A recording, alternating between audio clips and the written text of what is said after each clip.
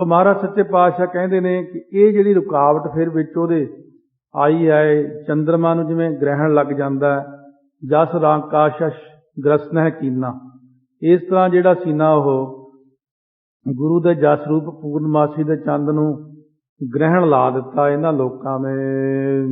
मूर्खा मत कलमन मलिना, क्योंकि जिहड़े मूर्ख मत्तीए लोग सी कलमल मलीना, पापां करके उन्हां दी मत मलीन हो जाती, वो गुरु जस नूं समझदे नहीं, सतगुरु बारे जाणदे नहीं, साखियां नूं पलटा बड़ी छेती मारदे, सुणाई जांदे ने, असीं भी सुनी जांदे आ बहुत गलत गल्लां सुणात दे विच।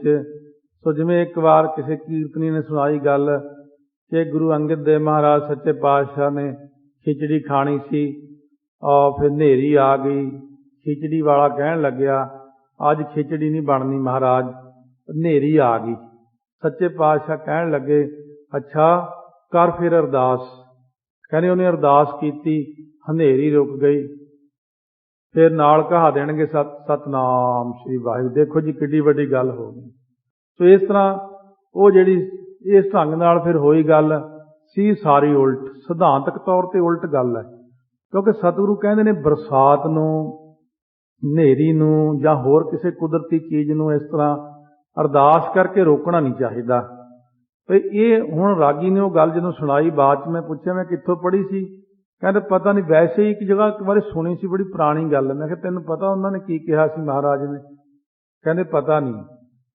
मैं कहा महाराज ने यह कहा सी भी जिथे सप रहिंदे ने तांबे की धरती ते, बहुत दूर हिंदुस्तान के बिल्कुल थल्ले वाले पासे धरती पैंदी है, उस धरती उत्ते पक्की धरती है, उत्थे खाण नूं कुछ नहीं, उत्थे वड्डे वड्डे सप रहिंदे ने मिट्टी खाने।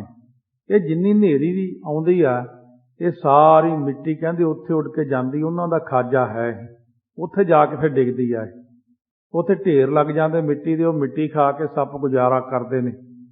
गुरु अंगद देव महाराज ने कहा सी भाई साडी खिचड़ी पिछे अरदास ना करी, ना असीं करनी, क्यों? क्योंकि उत्थे इन्ने ज़्यादा सप जिहड़े भुखे मर जाणगे, उन्हां कोल मिट्टी नहीं जानी, तो वो गुनाह सानूं लगेगा। इस करके अज आपां खिचड़ी खांदे ही नहीं। महाराज ने कहा सी ये जिहड़ी अरदास नहीं आपां करनी।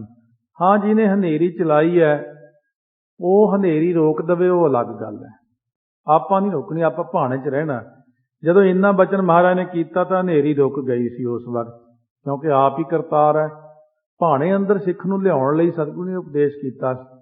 इस करके बहुत सारे होर भी साखियां सुनी दियां, पता नहीं कित्थों अल पटल गल्लां, सिद्धांत तो हीणियां गल्लां करी जांदे ने, सुणा दिंदे ने। फिर कहंदे ने भी ये रीठे मिठे नहीं कीते, फिर मक्का नहीं फेरिया, फिर कां काले बग्गे नहीं होए, फिर आओ नहीं होया, महाराज ने आ नहीं कीता, आ नहीं कीता। कहंदे आपां सारियां साखियां बदल के नवीआं लिख दिंदे आ भी ਉਹਦੇ ਚ कोई करामात वाली गल नहीं दिखावांगे, क्यों भी स्कीम बन रही, शायद लिख भी रहे होने आ। तो इस करके उन्हां विचारां नूं पता ही नहीं हुंदा, जिन्नी कि तुच्छ जी बुद्धि आ उत्थे तक ही खड़े आ जी। ये तुहानूं कित्थों पता लग्या? कहंदे फलाने साहब जी ने कहा। वो ऐ तां कई साहब आउणगे जिंदगी च, ये थोड़ी हुंदा फलाने साहब ने कहता तां असीं वो गल मान लैणी है। ਪਹਿਲਾਂ ਨੇ ਕਿਸੇ ਨੇ ਕਹੀ, ਜੇ ਸਾਖੀਆਂ ਪਲਟਾਉਣੀਆਂ ਹੁੰਦੀਆਂ ਪਹਿਲੇ ਪਾਤਸ਼ਾਹ, ਦੂਜੇ, ਤੀਜੇ, ਚੌਥੇ, ਪੰਜਵੇਂ, ਛੇਵੇਂ, ਸੱਤਵੇਂ, ਅੱਠਵੇਂ, ਨੌਵੇਂ ਦੀਆਂ, 10ਵੇਂ ਪਾਤਸ਼ਾਹ ਹੀ ਕਹਿੰਦੇ ਬਦਲ ਦਿਓ ਬਈ ਸਾਰੀਆਂ ਸਾਖੀਆਂ ਗਲਤ ਨੇ, ਇਹ ਕਿੱਦਾਂ ਹੋ ਸਕਦਾ? ਸੋ ਇਸ ਕਰਕੇ ਸਤਿਗੁਰੂ ਸੱਚੇ ਪਾਤਸ਼ਾਹ ਨੇ ਪੰਜਾਂ ਦੇ ਸੀਸ ਸਾਰਿਆਂ ਦੇ ਸਾਹਮਣੇ ਸਟੇਜ ਦੇ ਉੱਤੇ ਹੀ ਲਏ ਸੀ, ਉੱਥੇ ਹੀ ਅੰਮ੍ਰਿਤ ਤਿਆਰ ਕਰਕੇ ਛਿੱਟਾ ਮਾਰ ਕੇ ਸਰਜੀਤ ਕੀਤੇ ਸੀ। ਉਹ ਗੱਲ ਨੂੰ ਵੀ ਪਲਟਾਤਾ ਕਿ ਉੱਥੇ ਤੰਬੂ 'ਚ ਬੱਕਰੇ ਬੰਨੇ ਹੋਏ ਸੀ, ਉਹੀ ਖਾਮ ਖਾਂ ਤੰਬੂ 'ਚ ਬੱਕਰੇ ਮਿਆਂਕੇ ਨਾ, ਫਿਰ ਮੀਂਗਣਾ ਲੱਭੀਆਂ ਉੱਥੋਂ, ਫਿਰ ਤਾਂ ਕੇਸਗੜ੍ਹ ਨਾ ਹੁੰਦਾ ਥਾਂ, ਫਿਰ ਝਟਕਾ ਸਾਹਿਬ ਹੀ ਕਹਿੰਦੇ ਉਹਨੂੰ ਤਾਂ ਆਪਾਂ। ਇਸ ਕਰਕੇ ਸਤਿਗੁਰੂ ਮਹਾਰਾਜ ਸੱਚੇ ਪਾਤਸ਼ਾਹ ਦੇ ਜਿਹੜੇ ਹੈ ਨੇ ਬਹੁਤ ਸਾਰੀ ਤਾਕਤ, ਉਹ ਤਾਕਤ ਨੂੰ ਥੱਲੇ ਲਿਆ ਕੇ ਲੋਕਾਂ ਦਾ ਮਨੋਬਲ ਸਿੱਟਣਾ ਵੀ ਸਾਡੇ ਗੁਰੂ ਸਾਹਿਬ ਜੀ ਤਾਂ ਕੋਈ ਤਾਕਤ ਹੀ ਨਹੀਂ, ਉਹ ਤਾਂ ਵਿਚਾਰੇ ਐਵੇਂ ਹੀ ਸੀਗੇ। ਬਾਬਾ ਦੀਪ ਸਿੰਘ ਵੀ ਐਵੇਂ ਹੀ ਕਰੀ ਜਾਂਦੇ ਨੇ। ਭਾਈ ਮਨੀ ਸਿੰਘ ਦਾ ਹੁਣ ਕਹਿਣ ਲੱਗ ਜਾਓ ਵੀ ਬੰਦ ਨਹੀਂ ਕੱਟਿਆ, ਉਹ ਤਾਂ ਐਵੇਂ ਇੱਕ ਉਂਗਲ ਕੱਟੀ ਸੀ ਉਹਨਾਂ ਦੀ। ਹੌਲੀ ਹੌਲੀ ਕਿਤੇ ਇਹ ਕਹਿਣ ਲੱਗ ਜਾਣਗੇ ਹੌਲੀ ਹੌਲੀ। ਇਸ ਕਰਕੇ ਲੋਕਾਂ ਦਾ ਮਨੋਬਲ ਬਹੁਤ ਥੱਲੇ ਨੂੰ ਸਿੱਟਦੇ ਨੇ। ਸੋ ਠੀਕ ਆ, ਅਸੀਂ ਇਹ ਗੱਲ ਨੂੰ ਪਹਿਲਾਂ ਲੈਣਾ ਕਿ ਸਾਡੇ ਸਤਿਗੁਰੂ ਸੱਚੇ ਪਾਤਸ਼ਾਹ ਸਭਨਾਂ ਗੱਲਾਂ ਸਮਰੱਥ ਸੁਆਮੀ, ਜੋ ਜੀ ਚਾਹੇ ਕਰ ਸਕਦੇ ਨੇ। ਸਤਿਗੁਰੂ ਸਰਬ ਕਲਾ ਸਮਰੱਥ ਹਨ। ਦੋਹਰਾ ਕਹਿਤ ਕਥਾ ਕਬ ਕਾਮਾਂ ਦਾ ਗੁਰਸਿੱਖਨ ਕੇ ਪਾਸ। ਹੁਣ ਗੁਰਸਿੱਖਾਂ ਦੇ ਕੋਲ ਕਵੀ ਜੀ ਕਹਿੰਦੇ ਨੇ ਇਹ ਜਿਹੜੀ ਕਥਾ ਹੈ ਨਾ, ਕਾਮ ਦਾ ਭਾਵ ਮਨੋਰਥ ਪੂਰਨ ਕਰਨ ਵਾਲੀ ਕਥਾ ਕਹਿਣ ਲੱਗੇ ਹਾਂ। ਸਿੱਖਨ ਕੇ ਪਾਸ ਸੋਤਨ ਉਰ ਸੰਸਾ ਭਇਓ ਜਿਨ ਮਨ ਸੁਨਨ ਹੁਲਾਸ। ਸਰੋਤਿਆਂ ਦੇ ਮਨ ਦੇ ਅੰਦਰ ਹੁਣ ਸ਼ੰਕਾ ਖੜਾ ਹੋ ਗਿਆ ਭਈ ਇਹ ਜਿਹੜੀ ਆ ਕਥਾ ਇਹ ਕਿਸ ਪ੍ਰਕਾਰ ਤੁਸੀਂ ਕਿਹਾ ਹੈ, ਇਹ ਗੱਲਾਂ ਜਿਹੜੀਆਂ ਤੁਸੀਂ ਸੁਣਾਈਆਂ ਨੇ ਸਾਡੇ ਮਨ ਦੇ ਅੰਦਰ ਤਾਂ ਪ੍ਰੇਮ ਭਰੀ ਬੜੀ ਚਾਹਨਾ ਹੈ। ਜੋ ਪਈ ਸ੍ਰੀ ਨਾਨਕ ਬਰ ਪਰਮ ਵਿਲਾਸਾ ਬਹੁ ਪੋਥੀ ਪਰ ਹੈ ਇਤਿਹਾਸਾ। ਕਿਉਂਕਿ ਨਾਨਕ ਪ੍ਰਕਾਸ਼ ਦੇ ਸਰੋਤਿਆਂ ਦੇ ਮਨ ਵਿੱਚ ਜਿਨ੍ਹਾਂ ਅੱਗੇ ਕਵੀ ਆਪ ਕਥਾ ਕਰ ਰਿਹਾ ਹੈ ਸੋ ਉਹਨਾਂ ਦੇ ਹਿਰਦੇ ਵਿੱਚ ਪ੍ਰੇਮ ਭਰੀ ਚਾਹਨਾ ਸੀ ਸ੍ਰੇਸ਼ਟ ਬੜੀ। ਸੋ ਜੀਵਨ ਚਰਿੱਤਰ ਮਹਾਰਾਜ ਦਾ ਸੁਣਨਾ ਸੀ, ਜਿਸ ਪ੍ਰਕਾਰ ਉਹਨਾਂ ਨੇ ਸ੍ਰੀ ਨਾਨਕ ਬਰ ਪਰਮ ਵਿਲਾਸਾ ਜੀਵਨ ਚਰਿੱਤਰ ਜਿਹੜਾ ਬਹੁ ਪੋਥੀ ਪਰ ਹੈ ਇਤਿਹਾਸਾ, ਇਹ ਬਹੁਤ ਸਾਰੀਆਂ ਪੋਥੀਆਂ ਦੇ ਉੱਪਰ ਇਤਿਹਾਸ ਹੈ। ਸੋ ਤੋ ਲਿਖਿਓ ਅਵਰ ਵਿਦ ਤਹਿਵਾ। ਉਹ ਤਾਂ ਹੋਰ ਥਾਂ ਦੇ ਉੱਤੇ ਹੋਰ ਢੰਗ ਨਾਲ ਲਿਖਿਆ ਹੋਇਆ ਹੈ। ਤੋ ਮੁਖ ਸੋ ਅਵਰ ਹੈ ਵਿਦ ਕਹਿਵਾ। ਤੁਸੀਂ ਆਪਣੇ ਮੁਖ ਵਿੱਚੋਂ ਹੋਰ ਤਰ੍ਹਾਂ ਹੀ ਬਚਨ ਕਹਿ ਰਹੇ ਹੋ। ਇਹ ਸੰਸਾ ਹਮਰੇ ਉਰੇ ਆਇਓ। ਇਹ ਸੰਸਾ ਸਾਡੇ ਮਨ ਦੇ ਵਿੱਚ ਆਉਂਦਾ ਹੁਣ। ਕਿਉਂ ਤੁਮ ਅਨਤ ਹੈ ਗਤ ਹੈ ਅਲਾਇਓ। ਉਹ ਇਸ ਤਰ੍ਹਾਂ ਤੁਸੀਂ ਹੋਰ ਤਰ੍ਹਾਂ ਕਿਹਾ ਹੈ, ਉੱਥੇ ਹੋਰ ਤਰ੍ਹਾਂ ਕਿਹਾ ਹੈ। ਸੋ ਕਹਿ ਕਰ ਸਭ ਦੇਹੋ ਮਿਟਾਏ। ਉਹ ਕਹਿ ਕਰਕੇ ਸਾਰੀ ਅਸਲੀਅਤ ਸਾਡੇ ਮਨ ਦੇ ਅੰਦਰੋਂ ਜਿਹੜਾ ਸ਼ੰਕਾ ਖੜਾ ਹੋਇਆ ਇਹਨੂੰ ਮਿਟਾ ਦਿਓ। ਗੁਰਪਦ ਨਿਸ਼ਚਾ ਜਿਸ ਤੇ ਆਏ। ਜਿਸ ਕਰਕੇ ਗੁਰੂ ਕੇ ਚਰਨਾਂ ਤੇ ਸਾਡਾ ਨਿਸ਼ਚਾ ਭਰੋਸਾ ਆ ਜਾਵੇ। ਤਿਨ ਤੇ ਸੁਨ ਕਾ ਬਚਨ ਬਖਾਨਾ। ਉਹਨਾਂ ਤੋਂ ਸੁਣ ਕੇ ਭਾਵ ਕਵੀ ਸੰਤੋਖ ਸਿੰਘ ਜੀ ਨੇ ਬਚਨ ਕਿਹਾ, ਤੁਮਰੀ ਧਨ ਸੁਮਤ ਮਤ ਮਾਨਾ। ਸੋ ਇਸ ਕਰਕੇ ਤੁਹਾਡੀ ਜਿਹੜੀ ਮੱਤ ਹੈ ਬੁੱਧੀ ਜਨੋਂ ਬਹੁਤ ਜ਼ਿਆਦਾ ਵਧੀਆ ਹੈ। ਤੁਸੀਂ ਸ੍ਰੇਸ਼ਟ ਮੱਤੀ ਵਾਲੇ ਸਰੋਤੇ ਹੋ, ਤੁਸੀਂ ਸਿਆਣੇ ਹੋ ਭਾਈ। ਭਲੋ ਸੰਦੇਹ ਆਪ ਮਨ ਠਾਨਾ। ਤੁਸੀਂ ਬਹੁਤ ਚੰਗਾ ਮਨ ਦੇ ਅੰਦਰ ਸੰਸਾ ਕੀਤਾ ਹੈ, ਚੰਗੀ ਗੱਲ ਹੈ। ਇਹਦਾ ਹੁਣ ਆਪਾਂ ਨਿਰਣਾ ਵੀ ਕਰਾਂਗੇ। ਉੱਤਰ ਸੁਨਹੁ ਦੇ ਨਿਜ ਕਾਨਾ। ਸੋ ਆਪਣਾ ਕੰਨ ਦੇ ਕੇ ਧਿਆਨ ਦੇ ਕੇ ਉੱਤਰ ਸੁਣੋ ਹੁਣ ਇਹਦਾ। ਦੋਹਰਾ ਪ੍ਰਥਮੇ ਤੁਮ ਸੰਦੇਹ ਕੋ ਸਾਬਿਤ ਕਰੋ ਵਿਨਾਸ਼। ਪ੍ਰਥਮੇ ਤੁਮ ਸੰਦੇਹ ਕੋ, ਪਹਿਲਾਂ ਤੁਹਾਡਾ ਸੰਦੇਹ ਜਿਹੜਾ ਮਨ ਦਾ ਨਾ, ਮਨ ਦੇ ਅੰਦਰ ਬੰਦੇ ਜੇ ਸ਼ੰਕਾ ਹੋਵੇ ਫਿਰ ਉਹਦਾ ਰਸ ਨਹੀਂ ਬਣਦਾ, ਆਨੰਦ ਨਹੀਂ ਆਉਂਦਾ, ਸ਼ਰਧਾ ਨਹੀਂ ਬਣਦੀ। ਪਹਿਲਾਂ ਆਪਾਂ ਨੂੰ ਸ਼ੰਕਾ ਹੀ ਦੂਰ ਕਰਨਾ ਚਾਹੀਦਾ। ਬਦਨ ਹੈ ਤੇ ਉਚਰੋ ਬਹੁਰ ਸ੍ਰੀ ਨਾਨਕ ਪ੍ਰਕਾਸ਼। ਫਿਰ ਮੈਂ ਸ੍ਰੀ ਨਾਨਕ ਪ੍ਰਕਾਸ਼ ਦਾ ਇਤਿਹਾਸ ਬਾਅਦ ਵਿੱਚ ਆਪਣੇ ਮੁਖ ਵਿੱਚੋਂ ਕਹਾਂਗਾ। ਪਹਿਲਾਂ ਤੁਹਾਡੇ ਮਨ ਦਾ ਸ਼ੰਕਾ ਨਿਵਰਤ ਹੁਣ ਕਰ ਹੀ ਦੇਵਾਂ। ਜੋ ਪਈ ਜਿਹ ਨਰ ਗੁਰ ਚਰਨਨ ਮਹਿ ਪ੍ਰੀਤਾ। ਜਿਹੜੇ ਬੰਦੇ ਦੀ ਗੁਰੂ ਕੇ ਚਰਨਾਂ ਦੇ ਵਿੱਚ ਪ੍ਰੀਤੀ ਹੁੰਦੀ ਹੈ, ਕਹਿਤ ਸੁਣਤ ਕੀਰਤ ਇਹ ਰੀਤਾ। ਉਹ ਕਹਿੰਦੇ ਨੇ, ਸੁਣਦੇ ਨੇ, ਜਸ ਕਹਿਣ ਸੁਣਨ ਦੀ ਇਹ ਰੀਤ ਹੈ। ਕਰ ਸੰਸੈ ਬਿਨ ਸੰਸੈ ਹੋਏ। ਸੰਸਾ ਇਸ ਲਈ ਕਰੇ ਕਿ ਸੰਸਾ ਦੂਰ ਹੋ ਜਾਵੇ, ਉਹ ਭਟਕ ਕੇ ਹੋਰ ਪਾਸੇ ਨਹੀਂ ਜਾਵੇਗਾ। ਆਨ ਥਾਨ ਨਹਿ ਭਰਮੈ ਸੋਏ। ਉਹ ਹੋਰ ਥਾਂ ਭਟਕ ਕੇ ਕਿਤੇ ਨਹੀਂ ਜਾਵੇਗਾ। ਗੁਰਪਦ ਪੰਕਜ ਨਿਸ਼ਚਾ ਧਰਹਿ। ਗੁਰੂ ਕੇ ਚਰਨਾਂ ਕਮਲਾਂ ਦੇ ਉੱਤੇ ਬੰਦੇ ਦਾ ਨਿਸ਼ਚਾ ਬਣ ਜਾਂਦਾ ਹੈ। ਆਨ ਦੇਵ ਕੇ ਆਸਨ ਕਰਹਿ। ਫਿਰ ਉਹ ਜਦੋਂ ਗੁਰੂ ਸਾਹਿਬ ਦੇ ਚਰਨਾਂ ਤੇ ਨਿਸ਼ਚਾ ਬਣ ਜੇ, ਹੋਰ ਕਿਸੇ ਦੇਵੀ ਦੇਵਤੇ ਦੀ ਉਹ ਆਸ ਨਹੀਂ ਕਰਦਾ ਹੈ। ਭੂਪਤ ਸੇਵੈ ਭੂਪਤ ਜਾਚੈ। ਇਸ ਕਰਕੇ ਉਹ ਜੋ ਰਾਜੇ ਨੂੰ ਸੇਵਦਾ ਰਾਜੇ ਕੋਲੋਂ ਹੀ ਮੰਗਦਾ। ਇਹ ਨਹੀਂ ਕਿ ਰਾਜੇ ਤੋਂ ਸੇਵਦਾ ਤੇ ਫਿਰ ਮੰਗਦਾ ਹੋਰ ਕਿਤੋਂ ਹੈ। ਬ੍ਰਿਤ ਜਾਚਕ ਪਰ ਕੈਸੇ ਰਚੈ। ਕਿਉਂਕਿ ਜਿਹੜਾ ਨੌਕਰ ਹੁੰਦਾ ਹੈ ਦੁਨੀਆ ਦੇ ਵਿੱਚ, ਰਾਜੇ ਦਾ ਨੌਕਰਾਂ ਦੇ ਮੰਗਤਿਆਂ ਤੋਂ ਕਿਵੇਂ ਰਚੇਗਾ, ਰੱਜੇਗਾ ਕਿਵੇਂ? ਨੌਕਰਾਂ ਕੋਲੋਂ ਕੀ ਮਿਲਣਾ? ਮਿਲਣਾ ਜੋ ਗੁਰੂ ਸਾਹਿਬ ਤੋਂ ਮਿਲਣਾ। ਇਸੇ ਕਰਕੇ ਰਾਜਿਆਂ ਤੋਂ, ਜਿਹੜਾ ਰਾਜੇ ਦੀ ਸੇਵਾ ਕਰਨ ਵਾਲਾ ਰਾਜੇ ਤੋਂ ਮੰਗਦਾ, ਨੌਕਰਾਂ ਤੋਂ ਨਹੀਂ ਮੰਗਦਾ। ਗੁਰੂ ਗ੍ਰੰਥ ਸਾਹਿਬ ਦੀ ਸੇਵਾ ਕਰਨ ਵਾਲਾ ਗੁਰੂ ਗ੍ਰੰਥ ਸਾਹਿਬ ਤੋਂ ਹੀ ਮੰਗੇਗਾ। ਉਹ ਕਿਉਂ ਮੰਗੇਗਾ ਕਿਸੇ ਹੋਰ ਤੋਂ ਜਾ ਕਰਕੇ? ਜਿਹੜੇ ਗੁਰੂ ਗ੍ਰੰਥ ਸਾਹਿਬ ਤੋਂ ਮੰਗਦੇ ਆ ਉਹਨਾਂ ਦੇ ਮੰਗਤੇ ਨਹੀਂ ਬਣਨਾ। ਸੂਰਜ ਹੇਰ ਕਮਲ ਵਿਗਸਾਵੈ। ਕਿਉਂਕਿ ਸੂਰਜ ਨੂੰ ਦੇਖ ਕੇ ਕਮਲ ਦਾ ਫੁੱਲ ਖਿੜਦਾ। ਖਦਿਓ ਤਹਿ ਤੇ ਕਿਉਂ ਹਰ ਖਾਵੈ। ਹੁਣ ਜੇ ਟਟਿਆਣਾ ਰਾਤ ਨੂੰ ਜਾ ਕੇ ਕਮਲ ਦੇ ਫੁੱਲ ਕੋਲ ਚਾਨਣ ਕਰੀ ਜਾਵੇ ਉਹ ਤੇ ਖਿੜਦਾ? ਟਟਿਆਣੇ ਆ ਜਿਹੜੇ ਮਾੜੀ ਮਾੜੀ ਕਰਾਮਾਤ ਜੀ ਦਿਖਾਉਂਦੇ ਆ ਬਥੇਰੇ ਫਿਰਦੇ ਆ ਉਸ ਨੂੰ ਚਾਨਣ ਦਿਖਾਉਂਦੇ ਆ, ਉਹੀ ਚਾਨਣੀਆਂ ਜਾਂ ਕਰ ਕਰਕੇ ਦਿਖਾਈ ਜਾਂਦੇ ਲੋਕਾਂ ਨੂੰ, ਚਾਨਣ ਨਾ ਦਿਖਾਉਣਗੇ ਨਰਕਾਂ ਨੂੰ ਭੇਜਣਗੇ ਸਾਰਿਆਂ ਨੂੰ। ਇਸ ਕਰਕੇ ਸਾਡੇ ਵੀ ਜਿਹੜੇ ਸਾਰੇ ਬੇਸਮਝ ਜੇ ਨੇ ਐਵੇਂ ਹੀ ਮਗਰ ਲੱਗੇ ਦੜਾ ਦੜ ਕਰਕੇ ਉਹਨਾਂ ਮਗਰ ਤੁਰੇ ਜਾਂਦੇ ਨੇ। ਮਿਲਣਾ ਮੁਲਣਾ ਤਾਂ ਕੱਖ ਨਹੀਂ ਹੈ, ਖੁਆਰ ਹੋਏ ਸਭ ਮਿਲਾਂਗੇ, ਬਚੇ ਸ਼ਰਨ ਜੋ ਹੋਏ। ਆ ਗੁਰੂ ਗ੍ਰੰਥ ਸਾਹਿਬ ਮਹਾਰਾਜ ਦੇ ਚਰਨੀ ਲੱਗਣਾ ਪੈਣਾ। ਅਖੀਰ ਨੋਟ ਕਰ ਲਿਓ ਆਪਣੀਆਂ ਡਾਇਰੀਆਂ 'ਚ, ਆਪਣੀਆਂ ਕਾਪੀਆਂ 'ਚ ਲਿਖ ਕੇ ਰੱਖ ਲਿਓ ਵੀ ਇੰਨੀ ਤਰੀਕ ਨੂੰ ਆਹ ਗੱਲ ਕਥਾ ਸੁਣੀ ਸੀ। ਇਹ ਪੱਕੀ ਗੱਲ ਆ, ਜਿੱਦਣ ਗੁਰੂ ਗ੍ਰੰਥ ਸਾਹਿਬ ਦੇ ਚਰਨੀ ਲੱਗੋਗੇ ਤਾਈਓ ਭਲਾ ਹੋਣਾ ਹੈ।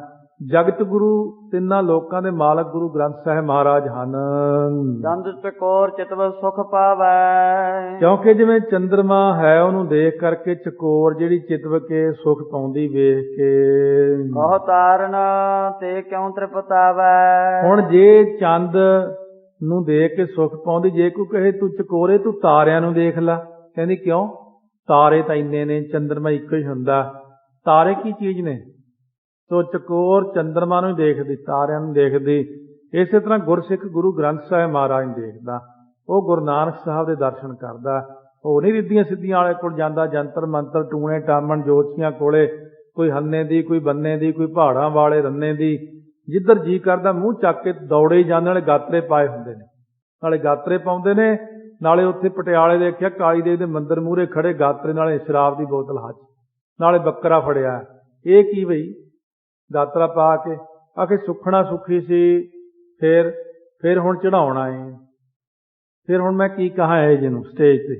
ਫਿਰ ਉਧਰ ਪਹਾੜਾਂ ਵੱਲ ਨੂੰ ਤੁਰੇ, ਧੌਲੀ ਧਾਰ ਤੇ ਨਹਾ ਕੇ ਆਏ। ਉੱਥੇ ਜਾ ਕਰਕੇ ਇੰਨੀ ਗੰਦਗੀ ਪਾਉਂਦੇ, ਇੰਨੇ ਵਿਕਾਰ ਭੋਗਦੇ, ਉੱਥੇ ਜਾ ਕੇ ਮਾੜੇ ਕੰਮ ਕਰਦੇ ਆ। ਲੋਕੀ ਕਹਿਣਗੇ ਕੁੜੀ ਨੂੰ ਚਿੰਬੜ ਗਿਆ ਭੂਤ, ਇੱਥੇ ਬਾਬਾ ਜੀ ਰੱਖ ਲਓ, ਭੂਤ ਲਾ ਦਿਓ ਇਹਦਾ। ਤੇ ਇਸ ਢੰਗ ਨਾਲ ਫਿਰ ਇੱਕ ਵਾਰ ਹਿਮਾਚਲ ਪੁਲਿਸ ਨੇ ਕੁੱਟੇ ਵੀ ਬਹੁਤ ਸਾਰੇ ਫੜ ਕੇ। ਦਿਮਾਗ ਤਾਂ ਅੱਗੇ ਨਾਲੋਂ ਠੀਕ ਨੇ। ਫਿਰ ਇਸ ਕਰਕੇ ਸਾਰੇ ਲੋਕ ਮਹਾਰਾਜ ਗੁਰੂ ਗ੍ਰੰਥ ਸਾਹਿਬ ਨੂੰ ਛੱਡ ਕੇ ਜੇ ਕਹਦੇ ਮੂਲ ਮੰਤਰ ਦੀਆਂ 32 ਮਾਲਾ ਕਰ ਲਓ, ਜਾਨ ਨਿਕਲ ਜਾਂਦੀ ਉੱਥੇ। ਤੇ ਜੇ ਕੋਈ ਕਹੀਏ 25 ਜਪਜੀ ਸਾਹਿਬ ਦੇ ਪਾਠ ਕਰ ਲਓ, 200 ਤਰਕਾਂ ਖੜੀਆਂ ਕਰਦੇ ਆ। ਉਹ ਇਹਨਾਂ ਨਾਲ ਹੀ ਮਿਲਣਾ ਸਾਰਾ ਕੁਝ। ਅਖੀਰ ਜੇ ਤੁਹਾਨੂੰ ਮਿਲਿਆ ਪਾਠ ਕਰਕੇ ਮਿਲਣਾ, ਗੁਰੂ ਵਾਲੇ ਬਣ ਕੇ ਹੀ ਮਿਲਣਾ, ਹੋਰ ਉੱਦਾਂ ਕਿਸੇ ਨੂੰ ਕੱਖ ਨਹੀਂ ਮਿਲਣਾ। ਐਵੇਂ ਭੁਲੇਖਿਆਂ ਵਿੱਚ ਪੈ ਕੇ ਭਟਕੇ ਨਾ ਫਿਰੋ। ਦੋਹਰਾ ਪੂਰਬ ਪੋਥੀ ਜੋ ਲਿਖੀ ਸ੍ਰੀ ਨਾਨਕ ਇਤਿਹਾਸ, ਪਹਿਲਾਂ ਜਿਹੜੀ ਪੋਥੀ ਲਿਖੀ ਸੀ ਗੁਰੂ ਨਾਨਕ ਦੇ ਮਹਾਰਾਜ ਸੱਚੇ ਪਾਤਸ਼ਾਹ ਦਾ ਇਤਿਹਾਸ, ਲਿਖਵਾਈ ਅੰਗਦ ਗੁਰੂ ਬਾਲੇ ਬਦਨ ਪ੍ਰਕਾਸ਼। ਸੋ ਗੁਰੂ ਅੰਗਦ ਦੇਵ ਮਹਾਰਾਜ ਸੱਚੇ ਪਾਤਸ਼ਾਹ ਨੇ ਉਸ ਵਕਤ ਭਾਈ ਬਾਲੇ ਦੇ ਮੁਖੋਂ ਇਹ ਉਚਾਰਨ ਕਰਵਾਈ ਸੀ। ਆਪ ਹੀ ਕਿਰਪਾ ਕਰ ਦਿੰਦੇ ਸੱਚੇ ਪਾਤਸ਼ਾਹ, ਕਹਿੰਦੇ ਬਸ ਅੱਖਾਂ ਬੰਦ ਕਰਕੇ ਬਹਿ ਜਾ, ਸਾਰਾ ਇਤਿਹਾਸ ਤੂੰ ਹੀ ਲਿਖਵਾਉਣਾ ਹੈ। ਚੌਪਈ ਜਬ ਵੈਕੁੰਠ ਅੰਗਦ ਗੁਰ ਗਏ, ਜਦੋਂ ਗੁਰੂ ਅੰਗਦ ਦੇਵ ਜੀ ਮਹਾਰਾਜ ਸੱਚੇ ਪਾਤਸ਼ਾਹ ਤੀਸਰੇ ਰੂਪ ਚ ਤਬਦੀਲ ਹੋ ਗਏ। ਅਮਰਦਾਸ ਗੁਰ ਹੋਵਤ ਭਏ, ਜਦੋਂ ਉਹਨਾਂ ਨੇ ਤੀਸਰਾ ਰੂਪ ਧਾਰ ਲਿਆ, ਗੁਰੂ ਅਮਰਦਾਸ ਰੂਪ ਹੋ ਕੇ ਬੈਠੇ ਗੱਦੀ ਤੇ। ਬਹੁਤ ਸਿੱਖਨ ਕੋ ਕੀਨ ਉਧਾਰਾ, ਗੁਰੂ ਅਮਰਦਾਸ ਜੀ ਨੇ ਬਹੁਤ ਸਾਰੇ ਸਿੱਖਾਂ ਦਾ ਕਲਿਆਣ ਕੀਤਾ।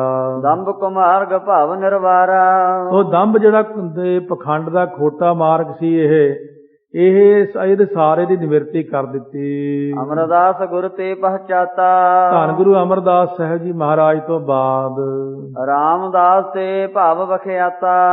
ਉਸ ਵਕਤ ਸੰਸਾਰ ਵਿੱਚ ਪ੍ਰਗਟ ਹੋਏ ਸਮਾਂ ਵਰਦਾਨ ਬਹੁਤ ਜਾਵਾਵਾ, ਰਾਮਦਾਸ ਤਬ ਸਤਿਗੁਰੂ ਕਹਾਵਾ। ਜਨ ਹਜ਼ੂਰ ਸਿੱਖ ਭਇਓ ਹਿੰਦਾਲਾ, ਉਹ ਚੌਥੇ ਪਾਤਸ਼ਾਹ ਦੀ ਹਜ਼ੂਰੀ ਵਿੱਚ ਇੱਕ ਹੰਦਾਲੀਆ ਸਿੱਖ ਹੋਇਆ ਹੈ ਉਸ ਵਕਤ। ਤਾਂ ਪਰ ਸ੍ਰੀ ਗੁਰ ਬਹੁਤ ਕਿਰਪਾਲਾ, ਉਹਦੇ ਉੱਤੇ ਧੰਨ ਗੁਰੂ ਰਾਮਦਾਸ ਸਾਹਿਬ ਮਹਾਰਾਜ ਜੀ ਬੜੇ ਪ੍ਰਸੰਨ ਸਨ। ਟਹਿਲ ਦੇਗ ਕੇ ਅਦਕ ਕਰੇ, ਉਹ ਲੰਗਰ ਦੀ ਬਹੁਤ ਸੋਹਣੀ ਸੇਵਾ ਕਰਦਾ ਸੀ। ਮਨ ਇਸਰ ਨਹ ਡੋਲਣ ਦੇ, ਉਹਦਾ ਮਨ ਬੜਾ ਇਕਾਗਰ ਸੀ, ਡੋਲਣ ਨਹੀਂ ਸੀ ਦਿੰਦਾ। ਪੂਰਨ ਸਿੱਖ ਹੋਏ ਸੁਖ ਪਾਇਆ, ਉਹਨੇ ਪੂਰਨ ਗੁਰਸਿੱਖ ਹੋ ਕੇ ਸੁਖ ਪ੍ਰਾਪਤ ਕੀਤਾ ਹੈ। ਮਾਨਤ ਗੁਰ ਕੀ ਸਦਾ ਰਜਾਇਆ, ਉਹ ਗੁਰਾਂ ਦੀ ਹਮੇਸ਼ਾ ਆਗਿਆ ਮੰਨਦਾ। ਦੋਹਰਾ ਟਹਿਲ ਦੇਗ ਕੇ ਕਰਤ ਜਹੈ ਤਹ ਆਏ ਗੁਰ ਸੋਇ, ਉਹ ਜਿੱਥੇ ਲੰਗਰ ਦੀ ਸੇਵਾ ਕਰਦਾ ਸੀ, ਭਾਵ ਆਟਾ ਗੁੰਨ ਰਿਹਾ ਸੀ, ਉੱਥੇ ਸਤਿਗੁਰੂ ਗੁਰੂ ਰਾਮਦਾਸ ਜੀ ਸੁਭਾਵਕ ਹੀ ਚੱਲਦੇ। ਸੋ ਸਾਰੀ ਸੰਗਤ ਦੇ ਜਾ ਕਰਕੇ ਕਾਰਜਾਂ ਨੂੰ ਦੇਖਦੇ ਹੋਏ ਉੱਥੇ ਆ ਪਹੁੰਚੇ। ਸੋਢ ਬੰਸ ਸਵੇਤਾ ਭਏ ਰਾਮਦਾਸ ਪ੍ਰਭ ਜੋਏ, ਸੋ ਧੰਨ ਗੁਰੂ ਸੱਚੇ ਪਾਤਸ਼ਾਹ ਇਸ ਢੰਗ ਨਾਲ ਉਸ ਥਾਂ ਦੇ ਉੱਤੇ ਆਏ। ਤਹ ਆਏ ਗੁਰ ਸੋਏ, ਸਤਿਗੁਰੂ ਸੱਚੇ ਪਾਤਸ਼ਾਹ ਸੋਢ ਵੰਸ ਸਵਿਤਾ ਭਏ ਰਾਮਦਾਸ ਪ੍ਰਭ ਜੋਏ। ਜਿਹੜੇ ਸੋਢ ਵੰਸ ਦੇ ਵਿੱਚੋਂ ਸੋਢ ਵੰਸ ਦੇ ਸੂਰਜ ਹੋਏ ਨਾ, ਜਿਹੜੇ ਗੁਰੂ ਰਾਮਦਾਸ ਸਾਹਿਬ ਮਹਾਰਾਜ ਜੀ, ਜੋ ਪਈ ਫੇਰ ਉਠਿਓ ਗੁਰ ਕੋ ਤਤਕਾਲਾ। ਉਹ ਦੇਖ ਕਰਕੇ ਗੁਰੂ ਰਾਮਦਾਸ ਜੀ ਨੂੰ ਇੱਕਦਮ ਉੱਠ ਕੇ ਆਟਾ ਗੁੰਨਦਾ ਖੜਾ ਹੋ ਗਿਆ। ਪ੍ਰੇਮ ਮਗਨ ਮਹਿ ਹਿਰਦਾ ਵਿਸਾਲਾ। ਜਿਹਦੇ ਮਨ ਦੇ ਅੰਦਰ ਬਹੁਤ ਜ਼ਿਆਦਾ ਪ੍ਰੇਮ ਸੀ, ਹਿਰਦਾ ਨਿਮਗਨ ਸੀ, ਪ੍ਰੇਮ ਵਿੱਚ ਮਸਤ ਰਹਿੰਦਾ ਸੀ। ਮੰਡਤ ਆਟਾ ਕਰ ਸੋ ਲਾਗਿਓ। ਕਿਉਂਕਿ ਉਹ ਆਟਾ ਗੁੰਨ ਰਿਹਾ ਸੀ ਲੰਗਰ ਵਿੱਚ, ਉਹਦੇ ਹੱਥਾਂ ਨੂੰ ਆਟਾ ਲੱਗਿਆ ਹੋਇਆ ਸੀ। ਦੇਖਤ ਪ੍ਰਭ ਕੋ ਟਹਿਲ ਤੇ ਆ ਗਿਆ। ਮਹਾਰਾਜ ਨੂੰ ਦੇਖ ਕਰਕੇ ਇੱਕਦਮ ਖੜਾ ਹੋ ਗਿਆ, ਆਟਾ ਗੁੰਨਣਾ ਛੱਡ ਦਿੱਤਾ। ਦ੍ਰਿਸ਼ਟ ਦਾ ਹਾਠ ਧਰ ਬੰਧਨ ਕੀਨੀ। ਉਹਨੇ ਸੋਚਿਆ ਵੀ ਜਿਵੇਂ ਥੱਲੇ ਹੱਥ ਲਾਏ ਫਿਰ ਆਟੇ 'ਚ ਕਿਰਕ ਪੈ ਜਾਏ, ਮਿੱਟੀ ਲੱਗ ਜਾਏਗੀ। ਉਹਨੇ ਦੋਵੇਂ ਹੱਥ ਪਿੱਠ ਪਿੱਛੇ ਰੱਖ ਕੇ ਬਚਾ ਕੇ ਆਟੇ ਵਾਲੇ ਹੱਥ ਮਹਾਰਾਜ ਨੂੰ ਮੱਥਾ ਟੇਕ ਦਿੱਤਾ। ਲਗੈ ਨ ਮਾਟੀ ਘਰ ਔਰ ਚੀਨੀ। ਮਨ ਦੇ ਅੰਦਰ ਇਹ ਗੱਲ ਜਾਣੀ ਕਿ ਮਿੱਟੀ ਨਾ ਲੱਗ ਜਾਵੇ ਆਟੇ ਨੂੰ। ਤਬ ਤੇ ਬਖਸ਼ ਗੁਰੂ ਕੀ ਭਈ। ਉਦੋਂ ਤੋਂ ਗੁਰੂ ਰਾਮਦਾਸ ਮਹਾਰਾਜ ਨੇ ਉਹਦੀ ਸਿਆਣਪ ਦੇਖੀ, ਜਦੋਂ ਵੀ ਸਿੱਖ ਨੇ ਸੰਗਤ ਦਾ ਲੰਗਰ ਵੀ ਨਹੀਂ ਖਰਾਬ ਹੋਣ ਦਿੱਤਾ, ਮੱਥਾ ਵੀ ਟੇਕ ਦਿੱਤਾ, ਸਤਿਗੁਰੂ ਜੀ ਨੇ ਬਖਸ਼ਿਸ਼ ਕਰ ਦਿੱਤੀ। ਦ੍ਰਿਸ਼ਟ ਹਾਠ ਧਰ ਵੇਦਨ ਕਈ। ਵੀ ਪਿੱਛੇ ਹੱਥ ਧਰ ਕੇ ਉਹਨੇ ਮੱਥਾ ਟੇਕਿਆ, ਬੰਦਨ ਕੀਤੀ। ਜੇ ਕੀ ਸੰਤਤਾ ਮਹਿ ਜੋ ਹੋਏ। ਉਹਦੀ ਔਲਾਦ ਵਿੱਚ ਜਿਹੜਾ ਵੀ ਹੁਣ ਹੁੰਦਾ ਹੈ, ਹਾਥ ਪ੍ਰਿਸ਼ਟਾ ਧਰ ਬੰਧੈ ਸੋਏ। ਉਹਨਾਂ ਦੇ ਮਰਿਆਦਾ ਹੀ ਔਲਾਦ ਵਿੱਚ ਕਿ ਹੱਥ ਪਿੱਛੇ ਕਰਕੇ ਮੱਥਾ ਟੇਕਦੇ। ਮਹਾਰਾਜ ਨੇ ਕਿਹਾ ਸੀ ਤੇਰੀ ਔਲਾਦ ਐਂ ਕਰੇਗੀ। ਅਬ ਤੱਕ ਹੈ ਤਿਨ ਕੇ ਇਹ ਚਾਲੀ। ਹੁਣ ਤੱਕ ਉਹਨਾਂ ਦੇ ਪਰਿਵਾਰ ਵਿੱਚ ਇਹ ਮਰਿਆਦਾ ਚੱਲਦੀ ਹੈ। ਬਖਸ਼ ਕਰੀ ਸਿਰ ਗੁਰ ਜਿਹ ਢਾਲੀ। ਸੋ ਜਿਸ ਪ੍ਰਕਾਰ ਸਤਿਗੁਰੂ ਨੇ ਉਸ ਕੁਲ ਦੇ ਉੱਤੇ ਬਖਸ਼ਿਸ਼ ਕੀਤੀ ਭਈ ਤੁਹਾਡੀ ਕੁਲ ਦੇ ਵਿੱਚ ਮੱਥਾ ਕੋਈ ਵੀ ਟੇਕੇਗਾ ਤਾਂ ਪਿੱਛੇ ਹੱਥ ਕਰਕੇ ਹੀ ਟੇਕੇਗਾ, ਪਤਾ ਲੱਗ ਜਾਏਗਾ ਕਿ ਹੰਦਾਲੀਆਂ ਦੇ ਵਿੱਚੋਂ ਹੈ। ਦੋਹਰਾ ਤੇ ਕੀ ਸੰਤਤ ਕੀ ਵਿਖੈ ਇੱਕ ਸਾਗਤ ਪਾਨੀਚ। ਸੰਤਤ ਔਲਾਦ ਦੇ ਵਿੱਚ ਕੋਈ ਜ਼ਰੂਰੀ ਨਹੀਂ ਵੀ ਚੰਗੇ ਚੰਗੇ ਆਉਣ। ਇੱਕ ਸਾਕਤ ਜਿਹਾ ਉਹਨਾਂ ਦੇ ਘਰੇ ਪੈਦਾ ਹੋ ਗਿਆ, ਬੜਾ ਨੀਚ ਜਿਹਾ ਬੰਦਾ। ਸ੍ਰੀ ਨਾਨਕ ਇਤਿਹਾਸ ਜੋ ਆਵਾ ਤਿਹ ਕਰ ਵੀਚ। ਗੁਰੂ ਨਾਨਕ ਦੇਵ ਜੀ ਦਾ ਜਿਹੜਾ ਲਿਖਿਆ ਹੋਇਆ ਇਤਿਹਾਸ ਸੀ, ਉਹਦੇ ਹੱਥ 'ਚ ਆ ਗਿਆ ਕਿਤੇ ਇਹ। ਚੌਪਈ ਗੁਰ ਅੰਗਦ ਜੀ ਜੋ ਲਿਖਵਾਈ। ਧੰਨ ਗੁਰੂ ਅੰਗਦ ਦੇਵ ਮਹਾਰਾਜ ਸੱਚੇ ਪਾਤਸ਼ਾਹ ਨੇ ਜੋ ਲਿਖਵਾਇਆ ਸੀ ਇਤਿਹਾਸ, ਬਹੁ ਨਹਿ ਲਿਖੀ ਰਹੀ ਕਥਾਈ। ਸੋ ਇਸ ਕਰਕੇ ਬਹੁਤੀਆਂ ਪੋਥੀਆਂ ਨਹੀਂ ਸਨ ਲਿਖੀਆਂ ਗਈਆਂ, ਇਹ ਇੱਕ ਥਾਈ ਸੀ ਸਾਰਾ। ਇੱਕ ਕਬੀਰ ਬੰਸੀ ਮਿਲ ਤਾਹੀ। ਇੱਕ ਹੋਰ ਉਹਦੇ ਨਾਲ ਮਿਲ ਗਿਆ ਕਬੀਰ ਬੰਸੀ। ਸੋ ਪੰਥੀ ਪੜ ਗੁਣ ਮਨ ਮਾਹੀ। ਉਹ ਪੋਥੀ ਪੜ ਕੇ ਗੁਣ ਤੋਂ ਭਾਵ ਵਿਚਾਰ ਕਰਕੇ ਮਨ ਦੇ ਅੰਦਰ ਕਰ ਕੋ ਕਰਮ ਅਨਸੋਧ ਬਣਾਈ। ਉਹਨੇ ਕੀ ਕੀਤਾ, ਖੋਟਾ ਕਰਮ ਕਮਾ ਕੇ ਕੁਕਰਮ ਕਰਕੇ ਅਨਸੋਧ ਬਣਾਈ, ਗਲਤ ਬਣਾਵਟੀ ਜੀ ਪੋਥੀ ਬਣਾ ਦਿੱਤੀ। ਆਪਨ ਵੱਡਨ ਕੀ ਕੀਰਤ ਪਾਈ। ਉਹਨੇ ਕੀ ਕੀਤਾ, ਉਹਦੇ ਵਿੱਚ ਆਪਣੇ ਵੱਡਿਆਂ ਦੀ ਕੀਰਤੀ ਪਾਤੀ, ਵੀ ਸਾਡੇ ਵੱਡਿਆਂ ਦੀ ਮਹਿਮਾ ਵਿੱਚ ਪਾ ਦਈਏ, ਤਾਂ ਕਿ ਆਉਣ ਵਾਲੇ ਸਮੇਂ ਵਿੱਚ ਦੁਨੀਆ ਜਿਹੜੀ ਸਾਡੇ ਵੱਡਿਆਂ ਦੀ ਜਿੱਥੇ ਇਹ ਕਥਾ ਹੋਵੇਗੀ ਉੱਥੇ ਨਾਲ ਮਹਿਮਾ ਚੱਲੇਗੀ। ਕਿਉਂ ਲੋਕੀ ਬਹੁਤ ਸਾਰੀਆਂ ਜਿਹੜੀਆਂ ਚੀਜ਼ਾਂ ਵਿੱਚ ਪਾ ਦਿੰਦੇ ਹੁੰਦੇ, ਜੇ ਗਲਤੀ ਹੋ ਜੇ। ਜੋ ਕਵੀ ਜੀ ਨੇ ਆਹ ਪੋਥੀ ਦਾ ਸਾਰਾ ਖਰੜਾ ਲਿਖ ਕੇ ਚੜ੍ਹਾਈ ਕਰ ਗਏ 1880 ਵਿੱਚ, ਉਸ ਵਕਤ 1900 ਵਿੱਚ ਇਹ ਪੋਥੀ ਛਪੀ। ਜਦ ਉਦੋਂ ਵੀ ਜਿਹੜੇ ਪਟਿਆਲੇ ਰਾਘੋ ਮਾਜਰਾ ਏਰੀਆ ਪੈਂਦਾ, ਉੱਥੇ ਕਵੀ ਦੇ ਭਤੀਜੇ ਹਰਨਾਮ ਸੋਹਣੀ ਰਹਿੰਦੇ ਹੁੰਦੇ ਸੀ, ਉਹਨਾਂ ਦੇ ਘਰੇ ਖਰੜਾ ਪਿਆ ਰਿਹਾ। ਕਈਆਂ ਨੇ ਇਹਦੇ ਵਿੱਚ ਫਿਰ ਹੋਰ ਐਸੀਆਂ ਵੈਸੀਆਂ ਚੀਜ਼ਾਂ, ਜਿਵੇਂ ਹੋਰ ਕਈ ਐਸੀਆਂ ਚੀਜ਼ਾਂ ਪਾਈਆਂ ਜਿਹਦੇ ਨਾਲ ਵੀ ਸਾਡਾ ਵੀ ਤੋਰੀ ਫੁਲਕਾ ਵਧੀਆ ਚੱਲਦਾ ਰਹੂਗਾ, ਨਾਲ ਲੋਕ ਸਾਨੂੰ ਵੀ ਮੰਨਣਗੇ। ਕਈ ਅਖੇਪ ਬਾਅਦ 'ਚ ਕਿਸੇ ਨੇ ਗੱਲਾਂ ਪਾਤੀਆਂ, ਪਰ ਕਵੀ ਜੀ ਨੇ ਸ਼ੁਰੂ ਵਿੱਚ ਲਿਖ ਦਿੱਤਾ ਕਿ ਜੇ ਤੁਹਾਨੂੰ ਕੋਈ ਗੱਲ ਗੁਰਮਤਿ ਤੋਂ ਉਲਟ ਲੱਗਦੀ ਆ, ਬੇਸ਼ੱਕ ਕੱਢ ਕੇ ਬਾਹਰ ਛੱਡ ਦਿਓ, ਉਹ ਗੱਲ ਦੀ ਲੋੜ ਨਹੀਂ ਹੈ। ਪਰ ਇਸ ਕਰਕੇ ਆਪਾਂ ਨੂੰ ਗੁਰੂ ਗ੍ਰੰਥ ਸਾਹਿਬ ਮਹਾਰਾਜ ਸੱਚੇ ਪਾਤਸ਼ਾਹ ਦੀਆਂ ਪੰਕਤੀਆਂ ਨਾਲ ਮਿਲਾਪ ਕਰਨਾ, ਸਾਰੇ ਇਤਿਹਾਸ ਦਾ। ਨਾਲੇ ਸੰਤਾਂ ਮਹਾਂਪੁਰਖਾਂ ਕੋਲੋਂ ਜਦੋਂ ਇਹ ਕਥਾ ਸੁਣਦੇ ਸੀ, ਉਹ ਨਾਲ ਨਾਲ ਦੱਸ ਦਿੰਦੇ ਹੁੰਦੇ ਸੀ ਭਈ ਆਹ ਗੱਲ ਠੀਕ ਨਹੀਂ, ਆਹ ਗੱਲ ਵਿੱਚ ਕਿਸੇ ਨੇ ਐਵੇਂ ਲਿਖ ਦਿੱਤੀ। ਇਸ ਤਰ੍ਹਾਂ ਬਹੁਤ ਸਾਰੀਆਂ ਚੀਜ਼ਾਂ 'ਚ ਰਲਾਵਾ ਹੋਇਆ। ਹੁਣ ਆਪਾਂ ਕਹਾਂਗੇ ਵੀ ਇਹਨੂੰ ਠੀਕ ਕਰਨਾ ਚਾਹੀਦਾ। ਜਦ ਪੁੱਛਿਆ ਭਾਸ਼ਾ ਵਿਭਾਗ ਪੰਜਾਬ ਨੇ ਉੱਪਰੋਂ ਗੌਰਮੈਂਟ ਕੋਲੋਂ ਵੀ ਇਹ ਬਦਲਣਾ, ਇਹਦੇ ਵਿੱਚ ਕਈ ਗੱਲਾਂ ਗਲਤ ਨੇ, ਉਹ ਕਹਿੰਦੇ ਆਫਟਰ ਡੈਥ ਤੁਸੀਂ ਬਦਲ ਨਹੀਂ ਸਕਦੇ ਕਿਸੇ ਦੀ ਲਿਖਤੀ ਨੂੰ, ਥੱਲੇ ਟਿੱਪਣੀ ਕਰ ਸਕਦੇ ਹੋ। ਫਿਰ ਭਾਈ ਵੀਰ ਸਿੰਘ ਤੋਂ ਇਹ ਥੱਲੇ ਸਾਰੀਆਂ ਟਿੱਪਣੀਆਂ ਕਰਵਾਈਆਂ। ਇਸ ਕਰਕੇ ਇਹ ਚੀਜ਼ਾਂ ਸਾਰੀਆਂ ਰੁਕਾਵਟ ਖੜੀਆਂ ਕਰ ਜਾਂਦੀਆਂ ਹਨ। ਵਚਨ ਅਨੁਚਿਤ ਲਿਖੇ ਹੈ ਸਮੁਦਾਏ। ਤੇ ਬਚਨ ਜਿਹੜੇ ਸੀ ਬੜੇ ਅਨੁਚਿਤ ਬਚਨ ਲਿਖ ਦਿੱਤੇ ਗੁਰੂ ਸਾਹਿਬਾਂ ਦੇ, ਕਈ ਗੱਲਾਂ ਉਲਟ ਲਿਖ ਕੇ, ਨਾ ਕਿ ਆਪਦੇ ਵੱਡਿਆਂ ਦੀ ਉਪਮਾ ਜ਼ਿਆਦਾ ਲਿਖ ਦਿੱਤੀ ਤੇ ਗੁਰੂ ਸਾਹਿਬਾਂ ਦੀ ਉਪਮਾ ਨੂੰ ਨਿਊਨਤਾ ਵਿੱਚ ਲੈ ਆਂਦਾ। ਜਿਨਕੇ ਪੜਨ ਸੁਨਨ ਅਗ ਪਾਏ। ਇਹੋ ਜਿਹੀਆਂ ਗੱਲਾਂ ਲਿਖਤੀਆਂ ਜਿਨ੍ਹਾਂ ਨੂੰ ਪੜ੍ਹ ਸੁਣ ਕੇ ਉਲਟਾ ਪੁੰਨ ਨਾ ਲੱਗੇ, ਬੰਦੇ ਨੂੰ ਪਾਪ ਲੱਗੇ। ਕਈ ਬੰਦੇ ਦੁਨੀਆ 'ਚ ਇਸੇ ਕੰਮ ਨੂੰ ਹੀ ਪੈਦਾ ਹੋਏ ਹੁੰਦੇ ਨੇ। ਆਪਣਾ ਵੱਡਾ ਜਾਨ ਹਿੰਦਾਲੂ। ਉਹਨਾਂ ਨੇ ਆਪਣਾ ਵੱਡਾ ਜਿਹੜਾ ਹਿੰਦਾਲੀਆ ਸੀ ਉਹਨੂੰ ਵੱਡਾ ਜਾਣ ਕੇ ਜੇ ਕੇ ਕੀਰਤ ਲਿਖੀ ਵਿਸਾਲੂ। ਉਹਨਾਂ ਚੁੱਕ ਕੇ ਆਪਣੇ ਵੱਡੇ ਦੀ ਕੀਰਤੀ ਲਿਖ ਦਿੱਤੀ ਸੀ। ਬਾਅਦ 'ਚ ਫਿਰ ਕਾਫੀ ਸਮੇਂ ਬਾਅਦ ਫਿਰ ਕਵੀ ਨੇ ਸੁਧਾਰ ਕਰ ਦਿੱਤਾ, ਤਾਂਹੀਓ ਇਹ ਸਾਰੀ ਦੁਬਾਰੇ ਕਾਵਿ ਰਚਨਾ ਹੋਈ। ਫਿਰ ਕੈਥਲ ਵਾਲੇ ਰਾਜੇ ਨੇ ਸਾਰੀ ਕਵੀ ਜੀ ਤੋਂ ਦੁਬਾਰਾ ਸੋਧ ਕਰਵਾਈ ਸੀ। ਸ੍ਰੀ ਨਾਨਕ ਤੇ ਵੱਡੀ ਬਣਾਏ। ਉਹਨਾਂ ਨੇ ਕੀ ਕੀਤਾ, ਗੁਰੂ ਨਾਨਕ ਦੇਵ ਜੀ ਨਾਲੋਂ ਵੀ ਵੱਡੀ ਆਪਣੀ ਪੋਥੀ ਬਣਾ ਕੇ ਮਹਿਮਾ ਬਣਵਾ ਦਿੱਤੀ ਵੱਡਿਆਂ ਦੀ। ਮਹਿਮਾ ਲਿਖਤ ਭਇਓ ਬਹੁ ਭਾਏ। ਉਹਨੇ ਕੀ ਕੀਤਾ, ਜਿਹੜੀਆਂ ਸਾਖੀਆਂ ਗੁਰੂ ਨਾਨਕ ਦੇਵ ਦੀਆਂ ਜਿੱਥੇ ਗੁਰੂ ਨਾਨਕ ਸਾਹਿਬ ਦਾ ਨਾਂ ਆਉਂਦਾ ਸੀ ਉੱਥੇ ਹੰਦਾਲੀਏ ਦਾ ਨਾਂ ਪਾ ਕੇ ਆਪਦੇ ਵੱਡੇ ਦੀ ਸਾਖੀ ਲਈ ਵੀ ਸਾਡਿਆਂ ਨੇ ਐਂ ਕੀਤਾ। ਸਰ ਕੀਤਾ ਤਾਂ ਗੁਰੂ ਨਾਨਕ ਸਾਹਿਬ ਨੇ ਸੀ। ਸੋ ਜਿਵੇਂ ਕੋਈ ਸਾਖੀ ਬਦਲ ਦੇਵੇ ਵੀ ਨਹੀਂ ਉਹ ਤਾਂ ਸਾਡਾ ਵੱਡਾ ਵਡੇਰਾ ਜਿਹਨੇ ਰੀਠੇ ਮਿੱਠੇ ਕੀਤੇ ਸੀ, ਉੱਥੇ ਜਾ ਕੇ ਮਹਾਰਾਜ ਦੇ ਵਿੱਚੋਂ ਨਾਂ ਹੀ ਕੱਢ ਦੇਵੇ। ਇਸ ਤਰ੍ਹਾਂ ਕਈ ਲੋਕ ਕਰਦੇ ਹਨ ਸ਼ਰਾਰਤਾਂ। ਦੋਹਰਾ ਉਕਤ ਜੁਗਤ ਕਰ ਅਨਕ ਵਿਦ ਸਾਖੀ ਕਰੀ ਅਸੋਧ। ਕਈ ਪ੍ਰਕਾਰ ਦੀਆਂ ਇਧਰੋਂ ਉਧਰੋਂ ਲਾਈਨਾਂ ਜਿਹੀਆਂ ਵਿੱਚ ਹੋਰ ਪਾਤੀਆਂ, ਬਹੁਤ ਤਰ੍ਹਾਂ ਨਾਲ ਅਸ਼ੁੱਧ ਕਰ ਦਿੱਤੀ। ਸੁਨ ਕਰ ਭਰਮੇ ਨਰ ਬਹੁਤ ਜਿਨਕੇ ਮਨ ਮਹਿ ਬੋਧ। ਜਿਹੜੇ ਬੰਦੇ ਵਿਚਾਰ ਤੋਂ ਹੀਣੇ ਸੀ ਉਹ ਭਰਮ ਜਾਂਦੇ ਇੱਕਦਮ। ਕਿਉਂ? ਵਿਚਾਰ ਤੋਂ ਹੀਣੇ ਬੰਦੇ ਜਿਹੜੇ ਭਟਕ ਜਾਂਦੇ ਨੇ। ਕਿਉਂ? ਬੰਦੇ ਥੋੜੇ ਹੀ ਹੁੰਦੇ ਸਿਆਣੇ। ਜਿਵੇਂ ਹੁਣ ਵੀ ਮਾੜੀ ਜੀ ਕੋਈ ਗੱਲ ਛੱਡ ਦੋ ਸ਼ੋਸ਼ਾ ਜਿਹਾ, ਉੱਥੇ ਹੀ 75% ਤਾਂ ਉਲਟ ਕੇ ਡਿੱਗ ਪੈਂਦੇ ਜਦੇ ਹੀ। ਉਹਨਾਂ ਨੂੰ ਯਕੀਨ ਨਹੀਂ ਹੁੰਦਾ, ਕਿਉਂਕਿ ਉਹਨਾਂ ਨੇ ਕਦੇ ਗੁਰੂ ਗ੍ਰੰਥ ਸਾਹਿਬ ਦੀ ਕਥਾ ਨਹੀਂ ਸੁਣੀ, ਕਦੇ ਉਹਨਾਂ ਨੇ ਬਾਣੀ ਨਹੀਂ ਪੜ੍ਹੀ, ਕਦੇ ਉਹਨਾਂ ਨੂੰ ਸਤਿਗੁਰੂ ਦੀ ਸਮਰੱਥਾ ਦਾ ਗਿਆਨ ਨਹੀਂ, ਕਦੇ ਉਹਨਾਂ ਨੇ ਭਗਤੀ ਨਹੀਂ ਕੀਤੀ, ਜਪਜੀ ਸਾਹਿਬ ਦਾ ਤਾਂ ਪਾਠ ਵੀ ਨਹੀਂ ਕੀਤਾ ਹੁੰਦਾ ਉਹਨਾਂ ਨੇ ਕਦੇ। ਕੱਖ ਨਹੀਂ ਪਤਾ ਹੁੰਦਾ। ਜੇ ਮੈਂ ਪ੍ਰਸ਼ਨ ਕਰਨ ਲੱਗ ਜਾ ਉਹਨਾਂ ਨੂੰ ਮੂਹਰੋਂ ਕੁਝ ਵੀ ਨਹੀਂ ਆਉਂਦਾ ਹੁੰਦਾ। ਰੌਲਾ ਉਹ ਲੋਕ ਪਾਉਂਦੇ ਹੁੰਦੇ ਨੇ। ਇਸ ਕਰਕੇ ਪਹਿਲਾਂ ਉਹਨਾਂ ਨੂੰ ਚਾਹੀਦਾ ਸਾਰਾ ਇਤਿਹਾਸ ਪੜ੍ਹਨਾ, ਸਾਰੀ ਗੁਰੂ ਗ੍ਰੰਥ ਸਾਹਿਬ ਮਹਾਰਾਜ ਦੀ ਬਾਣੀ ਪੜ੍ਹਨੀ, ਸਾਰੇ ਇਤਿਹਾਸੀ ਗੁਰੂ ਘਰਾਂ ਦੇ ਪਹਿਲਾਂ ਦਰਸ਼ਨ ਕਰਕੇ ਆਓ ਜਾ ਕੇ, ਫੇਰ ਅੱਗੇ ਕੁਐਸਚਨ ਕਰਿਆ ਕਰੋ। ਇਸ ਕਰਕੇ ਉਹ ਕੁਐਸਚਨ ਐਸੇ ਢੰਗ ਦਾ ਕਰਨਗੇ ਜਿਵੇਂ ਬਹੁਤ ਸਿਆਣੇ ਹੁੰਦੇ ਨੇ ਪੰਥ ਦੇ ਵਿੱਚ। ਜੇ ਇੰਨੇ ਹੀ ਸਿਆਣੇ ਹੋ ਫਿਰ ਅੰਮ੍ਰਿਤਸਰ ਸਾਹਿਬ ਬੇਨਤੀ ਕਰਨੇ ਵੀ ਆਪ ਬੰਦੇ ਨੂੰ ਇੱਥੇ ਰੱਖ ਲਓ, ਬਹੁਤ ਸਿਆਣਾ ਬੰਦਾ ਇਹ, ਇਹਦੇ ਨਾਲੋਂ ਸਿਆਣਾ ਤੁਹਾਨੂੰ ਹੋਰ ਕੋਈ ਨਹੀਂ ਮਿਲਣਾ। ਚੌਪਈ ਇਹ ਸਾਖਤ ਐਸੀ ਉਰ ਧਾਰੀ। ਉਹ ਸਾਖਤ ਨਿਸ਼ਰਦਕ ਬੰਦੇ ਨੇ ਮਨ ਦੇ ਅੰਦਰ ਇਹੀ ਜਿਹੀ ਗੱਲ ਧਾਰੀ।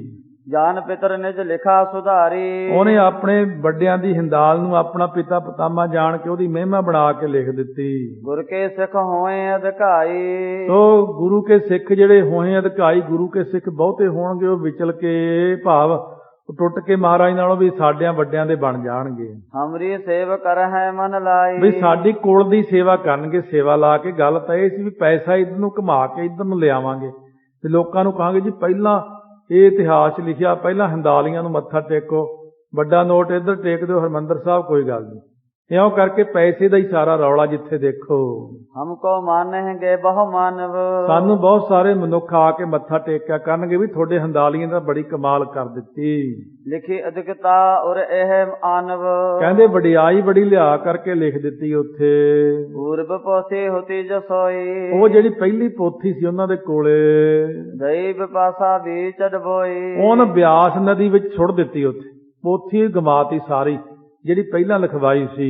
ਪੰਨੇ ਛੇਦੇ ਦਏ ਬਹਾਈ। ਪੰਨੇ ਇਹ ਨਹੀਂ ਕਿ ਪੰਨੇ ਸਾਫ ਤੇ ਸੁੱਟੇ, ਪੰਨੇ ਛੇਦੇ ਪਾੜ ਕੇ ਚੰਗੀ ਤਰ੍ਹਾਂ ਡਬੋ ਦਿੱਤੀ। ਉਹ ਜੋ ਸ੍ਰੀ ਗੁਰੂ ਅੰਗਦ ਲਿਖਵਾਈ। ਜਿਹੜੀ ਗੁਰੂ ਅੰਗਦ ਦੇਵ ਮਹਾਰਾਜ ਨੇ ਲਿਖਵਾਈ ਸੀ। ਦੇਖੋ ਤਾਤ ਪਰਜ ਸਭ ਚੀਨੇ। ਉਹਨਾਂ ਦਾ ਤਾਤ ਪਰਜ ਸਾਰਿਆਂ ਨੇ ਜਾਣ ਲਿਆ, ਗੁਰਸਿੱਖ ਸਿਆਣਿਆਂ ਨੇ ਵੀ ਇਹ ਧੋਖਾ ਹੋ ਗਿਆ। ਅਦਕ ਬਚਨ ਆਪਣੇ ਲਿਖ ਦੀਨੇ। ਬਹੁਤੇ ਬਚਨ ਉਹਨਾਂ ਨੇ ਉਹਦੇ ਵਿੱਚ ਆਪਣੇ ਹੀ ਲਿਖ ਦਿੱਤੇ, ਆਪਣੇ ਕੋਲੋਂ ਹੀ ਗੱਲਾਂ ਬਣਾ ਕੇ। ਦੋਹਰਾ ਪੋਥੀ ਲਿਖੀ ਜੋ ਅੰਤਗਤ ਸੋਨਾ ਸਰੋਤਾ ਮਨ ਲਾਏ। ਕਹਿੰਦੇ ਹੋਰ ਤਾਂ ਜਿਹੜੀ ਬਣਾਵਟੀ ਪੋਥੀ ਲਿਖੀ ਸੀਗੀ ਉਹ ਸਰੋਤਾ ਜਨ ਕਹਿੰਦੇ ਮਨ ਲਾ ਕੇ ਸੁਣੋ। ਤੇ ਪੋਥੀ ਸਭ ਲਿਖੀ ਸਾਖਤ ਜੂਨ ਬਣਾਏ। ਉਹਦੇ ਤੋਂ ਅੱਗੇ ਅੱਗੇ ਲੋਕਾਂ ਨੇ ਉਤਾਰੇ ਕਰ ਲਏ, ਕਈਆਂ ਨੇ ਹੋਰ ਪੋਥੀਆਂ ਲਿਖ ਲਈਆਂ ਜਿਹੜੀ ਸਾਖਤ ਬੰਦੇ ਨੇ ਪਹਿਲਾਂ ਬਣਾਈ ਸੀ। ਚੌਪਈ ਜੇ ਹੈ ਨਰ ਸਤਿਗੁਰ ਸਿੱਖ ਪੂਰਨ। ਹੁਣ ਇਉਂ ਤਾਂ ਨਹੀਂ ਪੰਥ ਵਿੱਚ ਸਾਰੇ ਕਿਤੇ ਉਦਾਂ ਹੀ ਬੈਠੇ ਨੇ, ਬੜੇ ਪੂਰਨ ਗੁਰਸਿੱਖ ਬ੍ਰਹਮ ਗਿਆਨੀ ਜਿਨ੍ਹਾਂ ਨੂੰ ਤਰਕਾਲਦਰਸ਼ੀ ਕਹਿੰਦੇ ਆ, ਹਰ ਗੱਲ ਨੂੰ ਇੱਥੋਂ ਬੈਠੇ ਹੀ ਦੇਖ ਲੈਂਦੇ ਨੇ, ਉਹ ਵੀ ਪੰਥ ਵਿੱਚ ਬੈਠੇ ਸੀ। ਦੁਰਮਤ ਭਰਮ ਭਇਓ ਜਨ ਚੂਰਨ।